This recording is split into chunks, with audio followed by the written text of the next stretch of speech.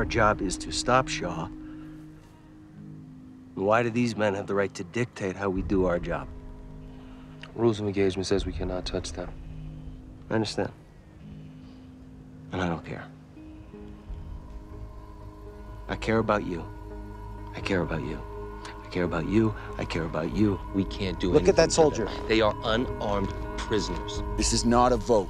Lone Survivor is based on the best-selling book of the same name by Marcus Luttrell, a former Navy SEAL whose four-man team was attacked during an operation in Afghanistan.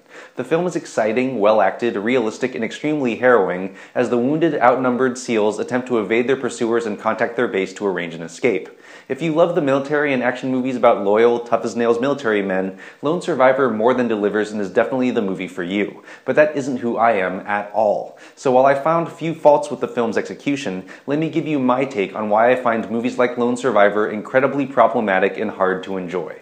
The film details the events of Operation Red Wings, a failed 2005 attempt to kill a Taliban leader called Ahmad Shah, played by Yousef Azami. For the operation, a reconnaissance team is sent to scope out a small mountain village where Shah is believed to be. The team consists of Michael Murphy, played by Taylor Kitsch, Marcus Luttrell, played by Mark Wahlberg, Matt Axelson, played by Ben Foster, and Danny Dietz, played by Emil Hirsch, with their commanding officer at the base, played by Eric Bana. But when some goat herds stumble across the team, the SEALs decide to let them go instead of murdering them, even though it means aborting the mission. But unable to contact their base to arrange an extraction, the team soon finds themselves under attack by a large Taliban force with a strange fondness for eyeliner. So why do I take issue with a seemingly straightforward story like Lone Survivor? While the main characters are likable and easy to admire for their devotion to each other, their coolness under fire, and for being some of the toughest men on the planet, let's not forget that the four SEALs represent the biggest, most powerful military in world history as it occupies one of the world's poorest and most war-torn countries. The equipment each SEAL carries probably costs more than what 20 Afghans make in a year, and the cost to train, house, transport, and equip a single SEAL could vaccinate entire villages for a generation.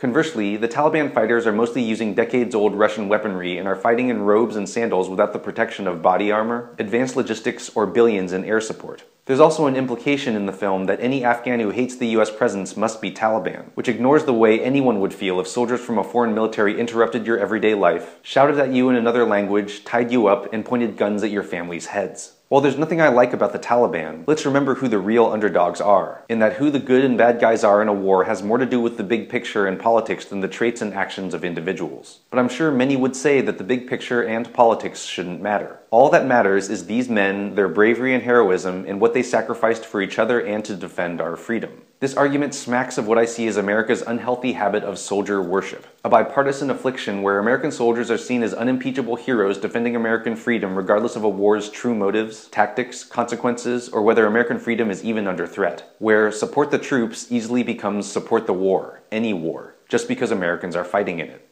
But if you believe that, then you'd have to agree that soldiers in any conflict, regardless of what side they're on, have friends, families, and have committed acts of bravery and sacrifice for each other and their cause. Do acts of bravery by the Taliban deserve movies celebrating, honoring, and fetishizing them? Aren't they, from another perspective, also heroes? Or when it comes to non-Americans, do we hold those fighters to a different standard, now claiming that context really does matter? Watching a movie like Lone Survivor, I can't help thinking about issues like these, and with something as weighty and dire as war, painting every American conflict as heroes defending our freedom does a disservice to everyone. I'm Jonathan Kim, and this is a ReThink Review.